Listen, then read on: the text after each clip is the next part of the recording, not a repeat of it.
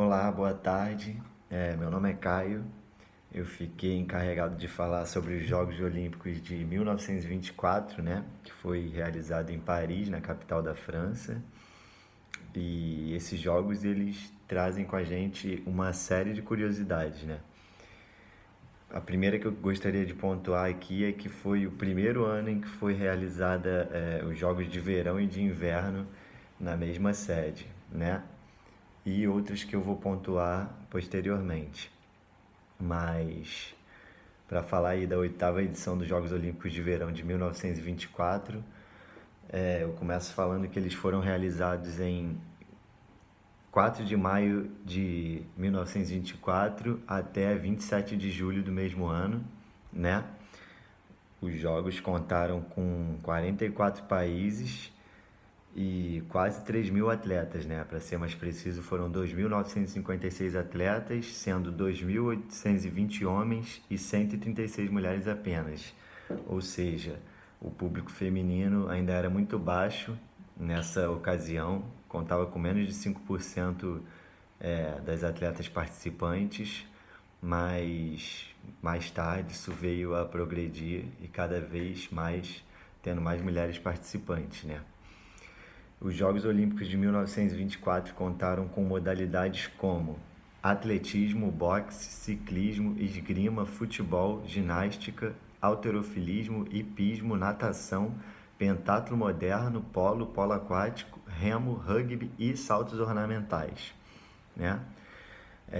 As instalações usadas nessa edição dos Jogos Olímpicos foi o Estádio Olímpico de Colombes, que recebia 60 mil, em torno de 60 mil espectadores, e o nome dos campeões gravados nas provas disputadas ali seriam gravados na parede do complexo esportivo, né? Ou seja, desse estádio.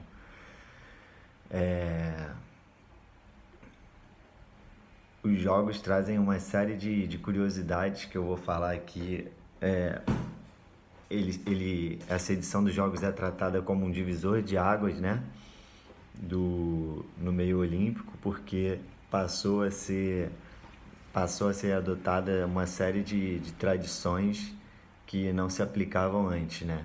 Então, foi a primeira vez, por exemplo, que teve a transmissão de rádio dos jogos.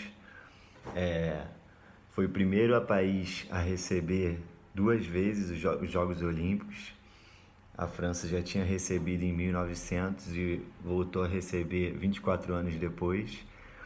E foi a primeira vez também que teve uma vila olímpica para os atletas se abrigarem, né, durante o período dos Jogos. É importante ressaltar também que foi a primeira vez que foi entoado o lema Sítios, Altios e Fortius, que significa mais rápido, mais alto e mais forte, entoado por um monge francês que é o Frei Henri Didon, né? E também é válido destacar que foi a primeira vez que as bandeiras foram hasteadas no encerramento de forma única, né? Por exemplo, as bandeiras do país anfitrião, que era a França, a bandeira olímpica com os arcos e a bandeira do próximo país que receberia os Jogos Olímpicos, que no caso era a Holanda, né? Com a capital Amsterdã. É uma série de curiosidades aí que tem nos Jogos de 1924, né? Foi o primeiro ano que teve Olimpíada de verão e de inverno, foi na França, mas a gente vai falar aqui só das Olimpíadas de verão, no caso, né? Uma curiosidade sobre os destaques daquele ano foi que a prova de 100 metros rasos foi vencida pelo inglês Harold Abram, desbancando a hegemonia norte-americana, que até hoje são os maiores medalhistas no atletismo, né?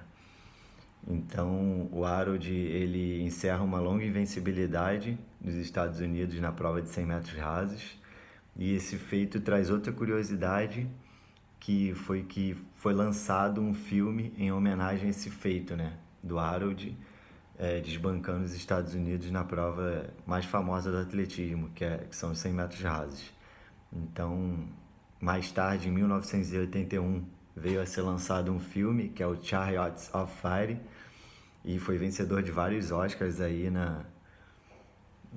ganhou vários prêmios aí artísticos aí pela produção, né? Então foi um feito que ficou bem marcado no ano de 1924, que foi a medalha de ouro do inglês Harold Abram na frente dos Estados Unidos. E quanto ao pódio, para variar, os Estados Unidos terminou liderando o quadro de medalhas. Como surpresa, em segundo lugar, a gente teve a Finlândia, né, que figurou ali no pódio pela primeira vez. E em terceiro, a França, a anfitriã, ficando em terceiro no pódio como a terceira maior ganhadora de medalhas dos Jogos Olímpicos de 1924. E foi isso. Encerro aqui minha participação. Boa tarde.